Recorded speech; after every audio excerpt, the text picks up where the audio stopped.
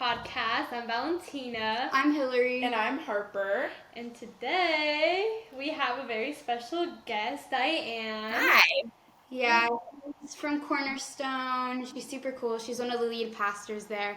So we just wanted to kind of get what she had to say and stuff about our friendship series. So yeah. Yeah, so before we get started, let's start with an opening prayer. I'll start us off. Just thank you, God, for this amazing day because we have the opportunity to have Diane here. Just bless us and just help us share your wisdom to others. Amen. Amen. Yeah, I love that. So today's episode, we're going to be talking about how to have healthy friendships and just traits of a true friend.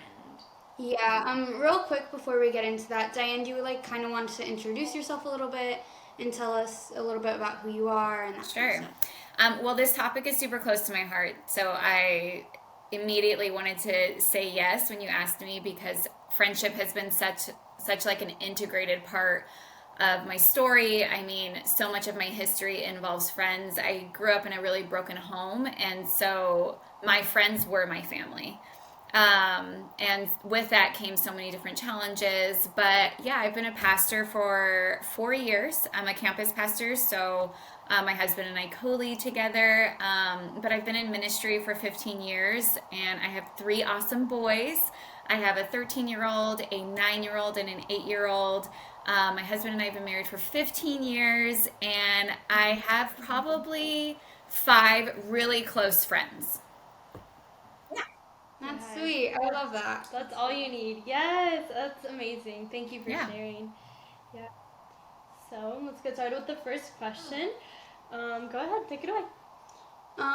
Yeah, so the first question is what you kind of define a friend as, what is a friend? Because I feel like that can kind of be confusing, right? I feel like there's so many people and it's okay, are you an acquaintance or a friend? I don't know, right? So, Yeah, I think I like this question because I do think there's levels of friendship.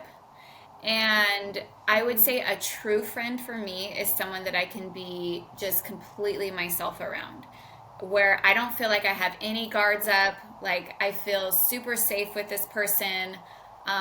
There's a sense of loyalty and trust in that relationship.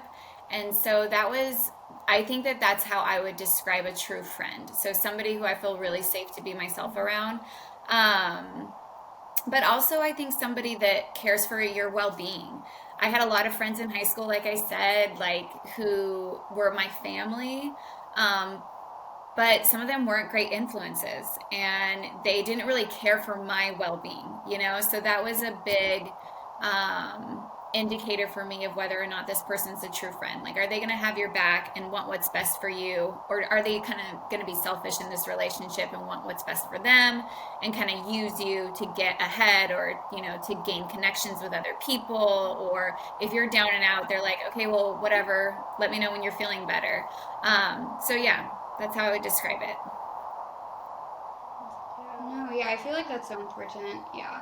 Yeah, because I think we talked about it last episode as well. It's we define toxic friendships also as very conditional. They're oh, it's only what I want. I don't really care what you want. So definitely seeing true friend that loves you at all times. And also I definitely see that because sometimes we blur the lines between a friend and an acquaintance, and we just put that kind of level of relationship on somebody that probably doesn't really deserve that title. Yeah, totally. Yeah. And I feel like there's a sense of vulnerability too when you're getting close with people and you're do you love me as much as I love you? Even with friendship, you're just kind of are we actually as close as I think we are? And I actually had a conversation like that with a friend the other day where I was I think I consider you one of my best friends. She's okay, good, me too. And I was okay, so and so that kind of brings us to that next level of okay, you're my family, you're a person that I'm going to confide in and who's going to be there for me when life gets hard. And so it's you're really making a commitment to somebody, which is crazy because there's a lot of people that choose not to get married, and there can be companionship and closeness that God intended for us through friendship. So friendship is hugely important. Yeah, definitely. Yes, I know because I think we were talking about like how to make true friends. So Hmm. like how would you go on about making true friends? Because like I know sometimes like we said we blur the lines and we're acquaintances and all that. But what was like what is your go to I guess survival guide on how to make true friends? Oh, this question's hard. I don't know. I think it's a combination of things. I would say consistency, like you're consistently with that person, you're checking in with that person. Like I said, there's a level of commitment. So I'm going to go three C's here, very pastor.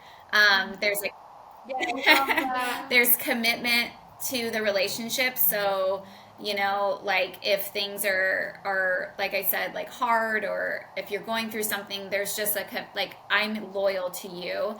And then there's conflict. I think that's a really healthy thing to have in true friendship. You can't have true commitment unless there's conflict that you have to resolve and get through. Just like in a marriage, just like you guys have with your parents, it's like if there's that conflict, it actually makes you stronger on the other side if you can learn how to resolve it and be honest and be like, you hurt my feelings when you Yeah. said that up, to that group of people. Well, I was right there. It embarrassed me. And like being able to have those conversations. So I would say, yeah, consistency, commitment, and conflict are some pretty important steps to having and making true friends. Yeah. Oh, wow. So next we want to talk about boundaries with friendships. Yeah. Yeah. And like why do they matter, and like how do we set up those healthy boundaries with other people? Yeah, for sure. Because we don't want to like, be like overstepping, just like showing up at Valentina's Yeah. house, being like, "Hey, I'm just here to hang out." Yeah. Like, "Hillary, I'm busy." Yeah, kind of like It's just like saying, things like that. yeah, kind of like no, like when you both are best friends, you're Yeah. like we're good, And like and like overstepping when people are uncomfortable also. Like just kind of setting that like, Yeah. look, here's that boundary line, here's that tip Yeah. line. yeah, and also not feeling guilty about it because I know a lot of people feel guilty. They're like, no, like a people pleaser. I know sometimes Mhm. we want to be that way. We're like, no, okay, but we gotta set boundaries. But like, how and like, why do they Yeah. matter? So I'm going to answer that in two parts. So the first part, why are setting boundaries important? I would say it's because of the fact that like you want to keep a sense of self. A lot of times we can lose ourselves in relationships, and so if you're constantly needing to be with that person in order to feel secure, in order to feel like I can't go to this party by myself, or I can't do something by myself, I can't just be alone by myself. I think that is a good indicator that you should be setting more boundaries so that you have time to just be in your own skin, to have a really strong sense of self, to make space for God. So I think that that's one reason why we need good boundaries. And then I forgot the other thing that there was a second part to that question. What was it? How do you set the boundaries? How do we set the boundary? Yeah. Okay, so how you set the boundaries. Yeah, I think it goes back to that, like, if this person is a true friend and they want your well-being, and you guys can resolve conflict, you can be your true self around them, like you feel safe around this person, then setting boundaries is just having a hard conversation with that person. Like I think it again is a really like kind of vulnerable experience where you're like, I'm feeling burnt out and I'm not really sure why, and I think it's because of this. And being able to speak truth in love, where you can honestly tell that person, I love you so much, but I need space for this. And keeping it like the I feel statements, like I feel overwhelmed, or I feel tired, or I'm feeling like I'm doing these things, not like attacking a person. Now, if it's boundaries outside of a true friendship, so with somebody who is just annoying and kind of coming into your circle all the time and not really someone that you want to have consistent community with, I would say like ghosting people's really mean. And so like just like canceling them and ignoring them is really mean. But there are certain people in my life where I'm like, you're not getting it, and you're constantly trying to take from me, like you're taking a lot and you're not giving a lot.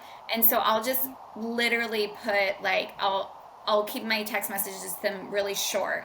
I'll ask them to, in my work life, email me instead of text me. Like, and so I start just setting boundaries, and I have to tell myself and remind myself, because I do people please as well. Like, listen, you are not doing yourself or them any favors by allowing them to continue to like cross over a boundary. And so if you're not clearly communicating, if you're not setting those boundaries with them, they're going to continue to do it. So you just have to remind yourself, like, this is what's best for my mental health, and this is going to be what's best for them. And so you kind of like talk yourself up with it too. I know it's really important to like set that boundary and toe the line between you and that person, because in the end, it's just letting them walk all over you, and it's affecting you so much. Yeah, and I feel like as Christians, like, we definitely want to love everybody, right? And it can be hard, like, you know, drawing that line, right? Like, okay, I want to love on you, but I don't necessarily want to be your best friend kind of thing. Yeah. Right? So I feel like it's important that, like, we talked about this. Well, another thing with that, I feel like we get this, we feel this pressure as Christians to love everybody. But the command is love the Lord your God and love your neighbor as yourself. And so a key part of that is loving yourself. And so there's certain people that are going to deplete your energy. They're going to make you feel like we were talking about earlier, they're just going to take from you and whatever that looks like. And so loving yourself is creating a boundary with that person. And that is honoring to God. Yeah, for sure. I feel like so good. That's so like refreshing to hear, right? Yeah, because I know also that's like going back to, like you said, I guess we have cancel culture, like, oh, we're just gonna ghost them, completely cut them off, but that's also me. And I think we want to go back to this question that was like, what does the Bible teach us about friendships? Because I know there's so many examples of friendships in the Bible, and like how, what does the Bible really say about friends, true friends, and how can we apply that to our lives? Some of my favorite examples of friendship in the Bible are in the Old Testament.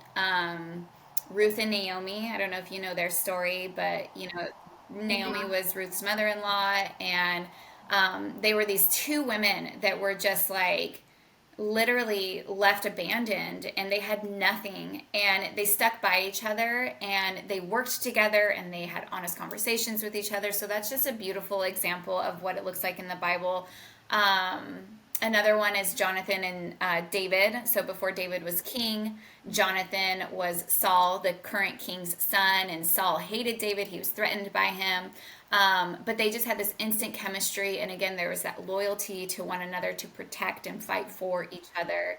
So they looked out for each other's well-being. And then obviously Jesus, like Jesus with his followers, he said there's no greater love than this than to lay down your life for your friend. So what does that look like to lay down your life for your friend? Because we're not dying for our friends. Hopefully not. You know. But if you jump off a bridge, together. Yes. Don't jump off a bridge together. But yeah, like what does it look like to lay down your life for your friends? And I think it comes to like sacrifice. Like I think about my own life. There are some days when I'm super burnt out and I'm only thinking about myself and I'm just like all up in my stuff. And then I'll get a text message from a friend who's like, you know, maybe they had a miscarriage and they lost a baby, or, you know, like they're going through something really challenging. And I have to remember that like part of what's also going to fill my cup is sacrificing for them. So there'll be times when I'm like, I'm going to just cook them a meal and I'm going to freaking bring them food tonight because that's what they need. And through that process of laying down my life, laying down my needs and my schedule in order to care for them, it really fills my cup. Like buying a friend a candle, or hey, I was out thinking about you and I just wanted to like send you a text message and let you know that I'm grateful for you. And it's those little moments, that I think like are sacrificial, and Jesus did that. Like Jesus obviously showed us the example of what it means to sacrifice for your friends. But I think that there's realistic ways that we can do that in our day-to-day life. Yeah. Because I feel like a lot of the time we look at it as like we need to sacrifice like everything, right, for a friend, where it can just be like, you know, a tiny little thing. Like it's so meaningful too. So it doesn't need to be like if you jump off a bridge, I'll jump off a bridge kind of thing. But it can be more like a kidney, I'll give you. Oh, you know what? I made you some brownies. Yeah. Oh, here's you know, it's out shopping, and I know you like this. Right. So Yeah. Exactly. I feel Yeah. like that's Yeah. so sweet. I think putting it in perspective is important because when we think of it that way, it's like, oh, I'm not going to lay down my life, so you kind of just give up. You're like, well, it may not be for me, but when you know it's like little things, like just, I'm thinking about you. Even like sending reels on Instagram. We do that. Like, we'll send each other reels So and many just like, reels. this made me think about you, or just like checking on you. Yeah, like how are you doing? Like just little things like, okay, it's For like sure. we're not literally killing each other Right. or like ourselves for each other, but it's just Yeah. little things that just to show we Yeah, care. absolutely. And that really is biblical. Like that is sacrifice because we are predisposed to be really selfish and to only focus on ourselves. So when we get outside of ourselves and start loving those around us, you know, and having it inconvenience our schedules or even maybe cost us something because we bought someone a small gift or whatever it is, like those things are, I mean, those are sacrifices. And so it's such a biblical way to love and care for people. Yeah, that's so good. And I know, I guess we were going. We're on which one? Okay, there we are. Okay, so oh yeah, that's your. Yes, That's okay. So many questions. So when should we be vulnerable with our friends? Very Yeah, that's a good question. I think once you've established some trust, you know, there has been times when I've been vulnerable with the wrong people, you know, and I didn't pay attention to certain things that, you know, certain character traits of a person that like they didn't have high integrity or they were just using me and really regretted that vulnerability because, you know, they either used it against me or, you know, they weren't really my true friend and I felt like a loss, you know, like ew, I showed you like my heart and you just totally like abused it. So I think that there has to be some trust in the relationship and that takes time. And I think that's another aspect of this is that making true friends does take time. It takes like that checking in and like going and doing things together and kind of feeling the person out and being like, okay, are you really a good person that I want to trust my secrets with? So I think we should be discerning in who we're vulnerable with. Yeah, for sure. I know, especially I know for us, we like want to tell our whole life story to everyone. We just are so because we want to believe that everyone's a good person, just share our whole heart. So definitely kind of like said testing. And I mean like this for example, this platform right here, I think you guys should be vulnerable. I think you should talk about the things that are hard and that you're struggling with, but there's levels to vulnerability, you know, like there's certain things that you won't share, like that you won't embellish on. Like if you're struggling with anxiety, you might share you're struggling with anxiety, but you won't talk about like all of the darkness of what led to that anxiety, you know. So there's levels of vulnerability. So I feel like that's like really important to know because like we don't want to like, you know, just like kind of give our hearts to like everyone. Yeah. Right. Because like people don't always have the best intentions. For us. Right. And also, I remember what Ella once told us. To guard our hearts, but not necessarily. Yes, that's so good. I love that. Because we still want to be able to like be vulnerable, but with the right people. Right. And but it's not like necessarily like locking it up, but just like being weary of who you're giving. Yeah, I think that's so good. One of the things that you reminded me of as you guys were talking was who you should be vulnerable with is who's also being vulnerable with you. So are they reciprocating vulnerability? You know, because sometimes friendships can become one-sided where like you're kind of sharing your stuff, but your other friend's acting like they have it all together or they're not really being authentic. So I mean, like there has to be this mutual vulnerability, and I think that also builds trust. Yeah, for sure. Good. I can totally see that. And so like kind of like I guess now that we're on the topic of like who we should be vulnerable with and like being vulnerable with like the wrong people and like just kind of like messy friendships and all. We wanted to see like how we should like deal with like maybe friendships with like people that don't share the same values as us. Right? Because we don't want to be like, oh, you don't love Jesus? Okay, well now like, you know, I'm not going to talk to you now. Right? Not like that. we still want to be like inclusive and like loving. So what does that kind of like look like?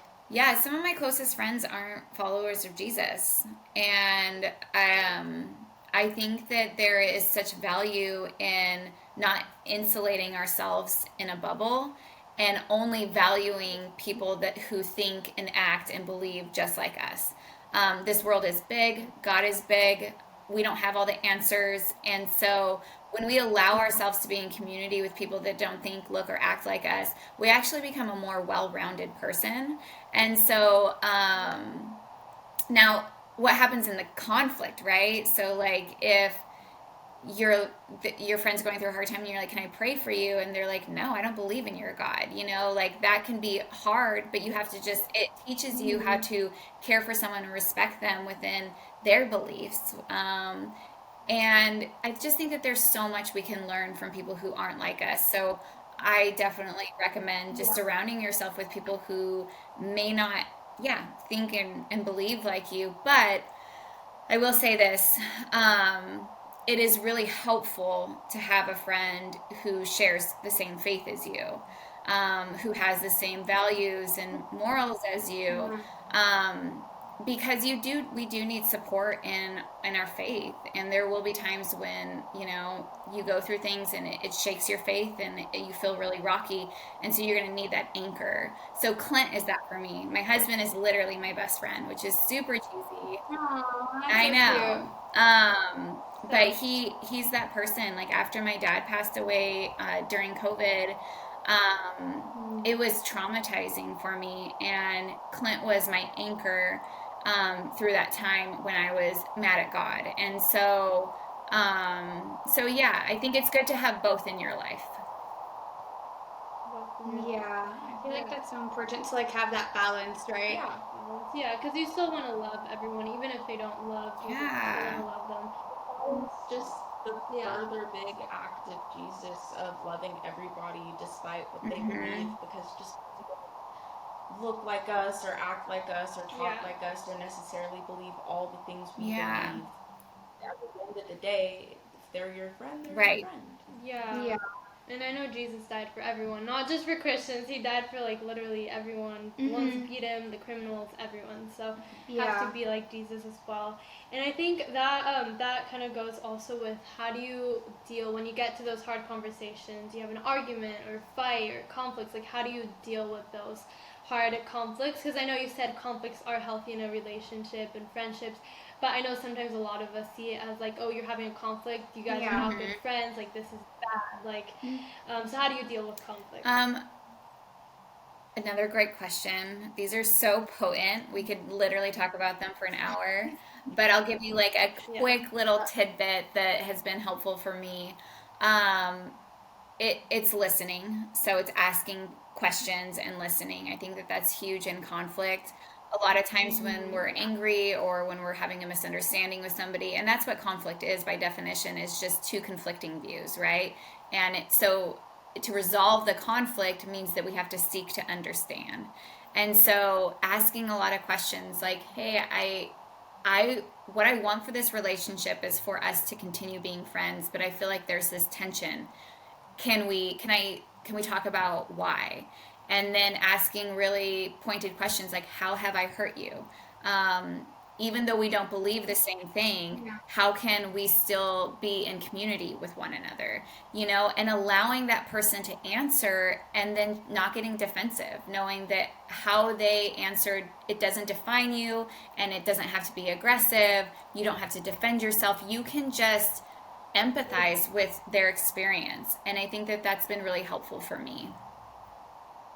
Yeah, and I think like doing it in love too, right, with like good intentions is like really important. Like I think you were talking about it in your sermon the other day. It was so good. I loved it so much. When I heard it, I was like, okay, we need to have Diane on the podcast. Yes, just writing everything down. So I think that's like really important. Right, because it's our humanness. Like if you love somebody, that means that you see them as valuable. You see them as dignity. You see them as worthy.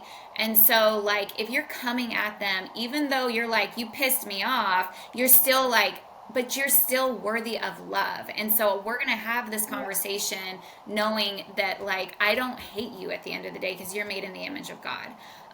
So yeah, that's super Yeah. helpful. And that's a practice. That takes practice. That's not just something you immediately cultivate. Like, this is going to take time to, like, cultivate in our hearts. Yeah, because I know a lot of time, like, unless you're, I guess, taught, if you have a good foundation for a good example, no one really teaches you this. Because it's like conflicts, it's like, oh, it's bad, you're going to end the friendship, you just Yeah. gotta cut it and move Yeah. on. But it's like, they're healthy and they're gonna have friendships. And I like how you mentioned, like, using I statements, like, I feel this way. And just kinda like, how can I help you? Basically, just showing, like, how can I be better instead of, like, you need to change and you need to change, Yeah. I'm Yeah. perfect. Like, not. It's also in an argument when it's kind of like the you, like they're able to say, well, actually, but when it's like, I feel this way, you can't invalidate somebody's feelings. Yeah. Because it's how they're feeling. Yeah. Yeah. And I think that that's a really important thing to remember is, like, once they've shared, and I shared this in my sermon, Hillary, but once they've shared, it is really important that they reciprocate that you share as well. And, like, thank you for sharing, and, I'm going to work on this, or, I really appreciate you being honest with me. Now, can I share how I feel? Because, again, like, we want to reciprocate one another's feelings. You can't just be a sounding board for someone and expect there to be, resolution. Yeah. So Yeah, that's- definitely. Yeah, working on how to change that. Adding to our next question, when should we consider ending a friendship? Like, if it's not, like, healthy or good, like, how should we It's be not like, healthy, okay. if it's not working, if it's becoming more destructive. Yeah.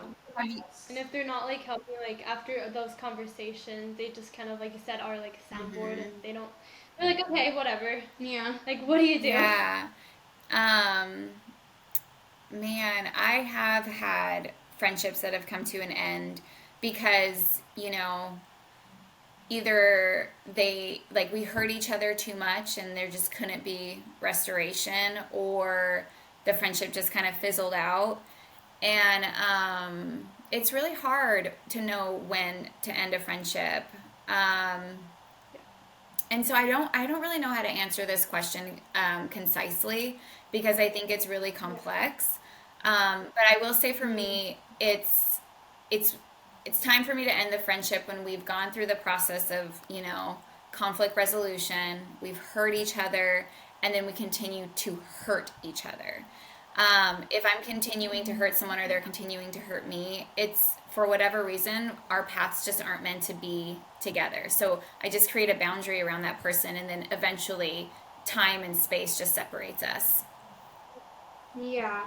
Yeah. Good. Yeah. So that way, it's not like it's not Anything dramatic. No dramatic. It's like, we're not Yeah. friends anymore right now. Yeah, it kind Yeah. of naturally happens, and it kind of just like you said, it'll work itself out of time. And I know there's always that quote, it's like, some people are there for like Yeah. a season, and some are there for like And I didn't, Yeah. yeah, and I didn't learn that. Like, you guys are so wise. Like, I feel like I'm preaching to the choir here. You girls are just, like, amazing. no. But I really didn't come to grips with that reality that there is just certain people that are supposed to be in our life for a season, and it's okay to, like, end it. Like, there's a time and place to end things, and endings are good. And so yeah, that's been helpful for me too. Is like, I can value that person and what they gave to my life for that season, but know that, like, it's okay to move forward without them. Yeah, I feel like that can be so bittersweet, but like endings, like a lot of the time, it's like, okay, a new beginning, Yeah. right? So like, there's more to the story even after like an Amen. ending, right? And So, if yeah. it's meant to be, it'll be, and who knows, maybe like you'll go your separate ways, maybe you'll come back. Yeah, and that's happened when for me God- too. Yeah. Yeah, for sure. Yeah, it's like God has such a specific purpose and plan for that. And so I think that kind of wraps up what we were Yeah. saying. And we just wanted to ask you, like, what would be the biggest piece of advice that you would want our listener to take away from this, like, from friends in general? Okay, Yeah. I would say focus on quality, not quantity. And so focus on the quality of the relationships that you have in your life, because close friends really don't come every day. And I think that we can sometimes get distracted by like new and exciting, like people that want to hang out with us and stuff. But if you can focus on the quality of your relationships, it's really going to set you up for life. You're going to, when you fall, you're going to have someone to pick you up. When you're suffering, like someone will know to call you and check in on you. And friends are closer to us than our family a lot of times. And so I would say, yeah, quality over quantity. Yeah, I think that's so important. A lot of the time it's like hard. It's like, man, I wish I had like a huge friend group, you know, but it's also like, wait, but like these girls are so sweet, right? So it's like I feel like the quality is like definitely like really important. Like, I definitely feel that because, you know, you look on like social media and all these other places and there are these huge friend groups and you're like, wow, like what if I had a friend group like that? But honestly, I know I am so much more content and so content with having a small group of people who know me and know when I need them and are there for me than a room full of strangers who barely. Right. And there's a lot of drama in big group friendships, you know? When it's surfacey, there's just a lot of cattiness and talking behind each other's back and stuff. But like if you have a few quality friendships, I mean like, man, it's beautiful. Yeah, I think that's so important. But yeah. Anyways, that was the end of our episode. Yeah, Thank that you. was so good. Like, I feel like I got wiser after that. Me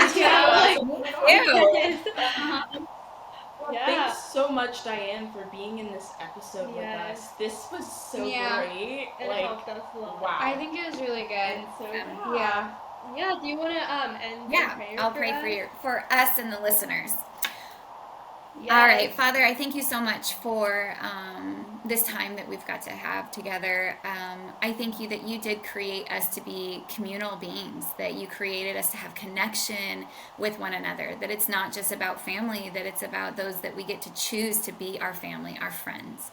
And so, Father, I pray for anyone listening today that if they're feeling lonely and isolated, I just ask that you would begin to open up opportunities for them to make new friendships, people that are going to bring them life and support, that they're going to have things in common with, and someone that they can laugh with and have fun with, but also someone that's going to encourage them and lift them up when they're feeling sad or anxious or when something's going on in their family, because we really need that in our life. And so, I just pray that you would provide that.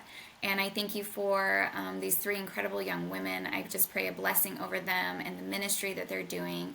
And I just ask that so many ears would hear this and that you would use it for your glory and our good. In Jesus' name, amen. Amen. Wow, that's so good. Thank you so much. Yeah. So, if you liked our episode, you guys, make sure you comment, like it, repost, all of that. Follow all the socials. Yeah, you guys can listen to us on Spotify and YouTube and check out our Instagram and stuff. So, yeah. All right. Yeah, thank you so much. Thank you. Until next time, we're here for you.